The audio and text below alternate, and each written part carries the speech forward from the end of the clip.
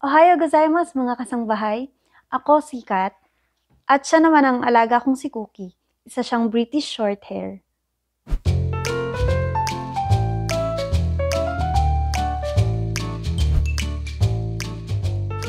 Ang preparation po na ginawa ko bago mag-alaga ng British Shorthair ay unang-una po yung tutulugan niya, hinihigaan niya po.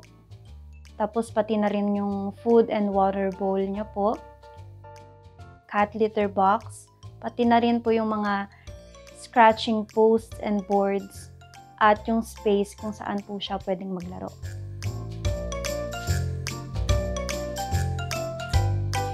Hindi po mahirap mag-alaga ng British Shorthair dahil indoor cat po sila.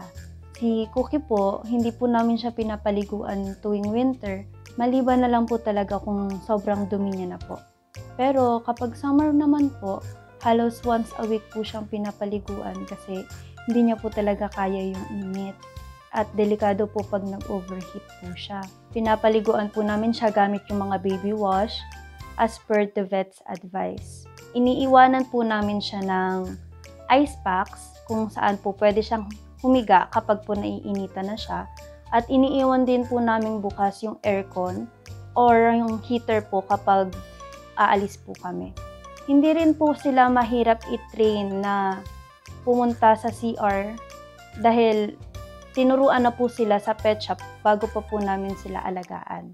Yung pag-shed naman po ng fur nila ay seasonal. So, every spring and autumn po talagang sobrang lakas po ng shedding nila. At kailangan po namin suklayin talaga yung loose hair para po matanggal. Kasi kung hindi po, didikit po yung mga loose hair na yun sa sofa or sa ibang mga furnitures. Mas mahihirapan po kami linisan kapag kaganon. Yung cat food niya naman po ay recommended po ng kanyang vet according sa age niya. Hindi po natin pwedeng i-overfeed ang mga British Shorthair kasi prone po sila sa obesity. Kaya nga po yung si Cookie ko po talagang strict po yung measurements ng food niya. Pero binibigyan po namin siya ng snacks tuwing after baths at once a day na rin po. I took care of my British Shorthair's health by having him vaccinated.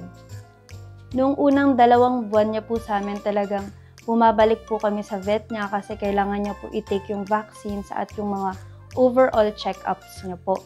Hindi rin po kasi talaga maingay or madalas nagmamiyaw ang mga British Shorthair. Kaya po malalaman niyo po na may masakit po sa kanila kapag po sunod-sunod na po yung tunog na ginagawa po nila. At kapag ganun po si Cookie, chine-check ko po yung litter box nila. Kasi kung yung poop niya po ay pebble-like, ibig sabihin po constipated po siya. So tatawag po ako sa vet para po maresetahan siya ng probiotics o kaya naman po magkaroon po ng adjustment sa food supply niya. Hindi po nangangagat ang mga British Shorthair at hindi rin po sila halos nangangalmot. Ayaw lang po talaga nila ng binubuhat sila ng sobrang tagal. Kaya po si Cookie kapag po gano'n, natatagalan po yung buhat ko sa kanya, idinidiin niya po yung kuko niya sa balat ko parang bilang warning po sa akin na ibaba ko na po siya. Pero kung sa case po na makalmot po tayo o makagat ng pusa, hugasan po agad natin to gamit ang water at pati na rin po ang soap. Mas maigi po na hindi po madilaan ng pusa yung sugat. At for safety measures po, tumawag po tayo sa doktor. Pinili ko po ang British Shorthair bilang pet ko dahil maganda pong breed ang British Shorthair. Napaka-friendly niya po sa mga first-time fur parents, ganyan. At napaka-affectionate po nila kapag naging close na po sila sa inyo. Although ayaw niya nga po nang binubuhat siya, pero kusa po siyang hihiga sa lap natin kapag nakaupo po tayo. At kahit hindi po siya sanay masyado sa tao, hindi rin naman po masyadong matagal yung adjustment period niya. Lalabas po siya at makikipaglaro. Nakakawala po siya ng stress tsaka masarap po siyang kalaro.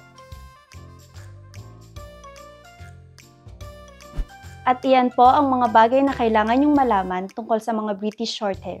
Sana po ay nag-enjoy kayo sa segment natin today at natuto ng mga bagong kaalaman tungkol sa hayop na pwede nating alagaan. Once again, ako po si Kat para sa Pet Talk segment ng Good Morning Kuya!